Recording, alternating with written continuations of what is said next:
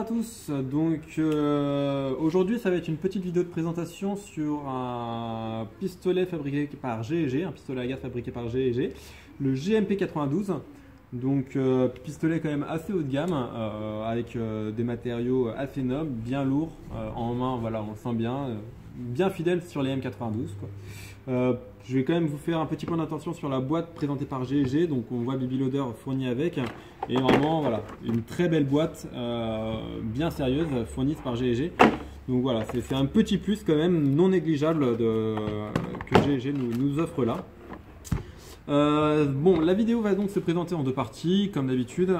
Ça va être la première partie sur le démontage de la réplique, pour vous montrer un peu comment accéder aux pièces qui peuvent être intéressantes et pour l'entretien de votre réplique.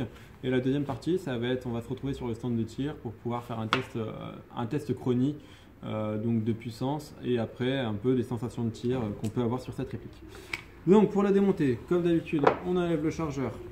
Sur les M92, pas besoin de tirer la culasse en arrière pour le démonter, il y a juste à droite un petit bouton appuyé juste ici qui vient décaler la pièce qu'on trouve de l'autre côté et qui nous permet de la mettre vers le bas. Et là vous voyez, le déblocage de culasse a été fait. Voilà, on peut débloquer le culasse. Donc ça nous permet de pouvoir atteindre le bloc détente, le système de verrouillage de culasse pour pouvoir assécher la réplique du lubrifiant ou de la graisse déjà présente et pouvoir mettre de la nouvelle graisse ou du nouveau lubrifiant. Pour pouvoir après démonter la culasse, on vient d'abord enlever la tige avec le ressort de rappel de nozzle, enfin de rappel de culasse, pardon. Donc voilà, qu'on démonte assez facilement. Après, le barrel est un peu plus compliqué à démonter. Il a très peu de place de manœuvre. Donc en fait, on le tire un peu d'abord pour le libérer du nozzle. On le pousse vers le haut, on le décale un peu. Et voilà, là ça sort, voilà, difficilement, vu qu'il y a très peu de jeu, mais ça sort quand même. Et après, si on veut démonter le nozzle entièrement, il y a deux minuscules vis de chaque côté à dévisser, ce qui nous permet de tirer le bloc nozzle vers le haut pour pouvoir changer le ressort de rappel, totalement démonter le nozzle si on veut l'assécher, puis le regresser. Voilà. Après, pour le hop-up, on voit se règle juste ici avec une molette. Et si on veut après le démonter, c'est les deux vis qu'il y a ici pour le démonter en deux. C'est un hop-up vraiment similaire à celui du FNX 45 que je vous ai déjà présenté. Donc là maintenant je vais remonter la réplique, donc les mêmes étapes à l'envers. Donc d'abord le barrel qui pareil assez chiant à remettre, voilà,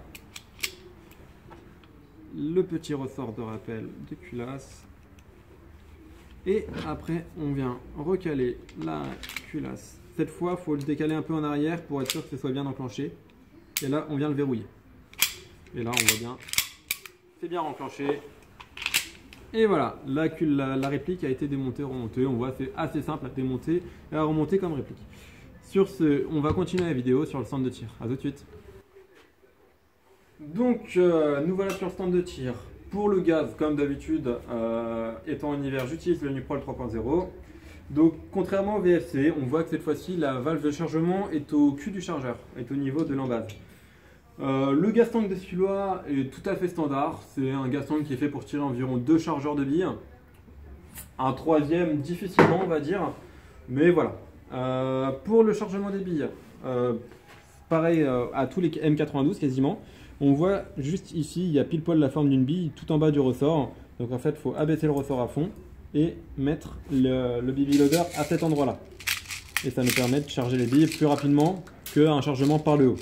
Je vous conseille vraiment la méthode vraiment par le bas. En général, c'est beaucoup plus rapide, moins chiant, parce qu'il faut dire ce qu'il est, charger les billes par le haut. En général, c'est assez contraignant. Donc voilà. C'est un chargeur qui normalement prend 22 billes. De mémoire, c'est 22 billes. Là, j'en ai pas mis 22. On va vraiment faire un test de puissance et un test après de sensation. Donc, dès qu'on engage le chargeur, le premier armement, c'est on tire la culasse vers l'arrière. C'est un semi-automatique blowback, avec la sécurité qu'on voit juste ici. Donc si on met la sécurité vers le bas, on ne peut pas tirer. Si on la remet vers le haut, on peut tirer. Donc on va faire le test chronie, bille à la 0,20 g bien sûr.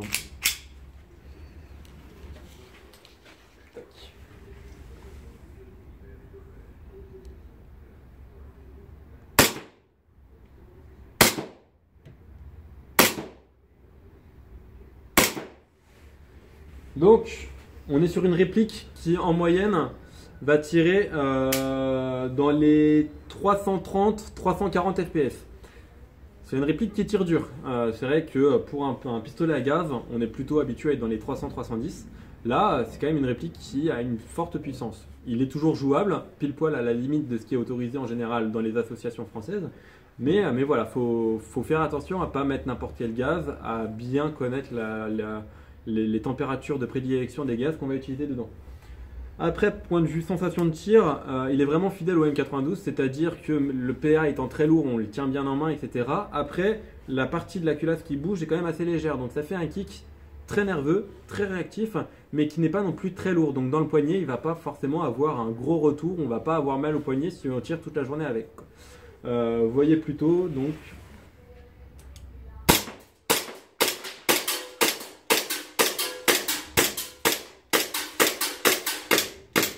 Voilà. Donc, comme je vous l'ai dit, un PA plutôt sympa, bien fini. Le joint hop-up qu'ils ont mis à l'intérieur, c'est un joint hop-up aussi quand même relativement performant, ce qui change en général des marques, des marques assez courantes. Voilà, que dire de plus sur cette réplique? Pas grand chose. Si vous avez des questions, n'hésitez pas à me contacter. À bientôt.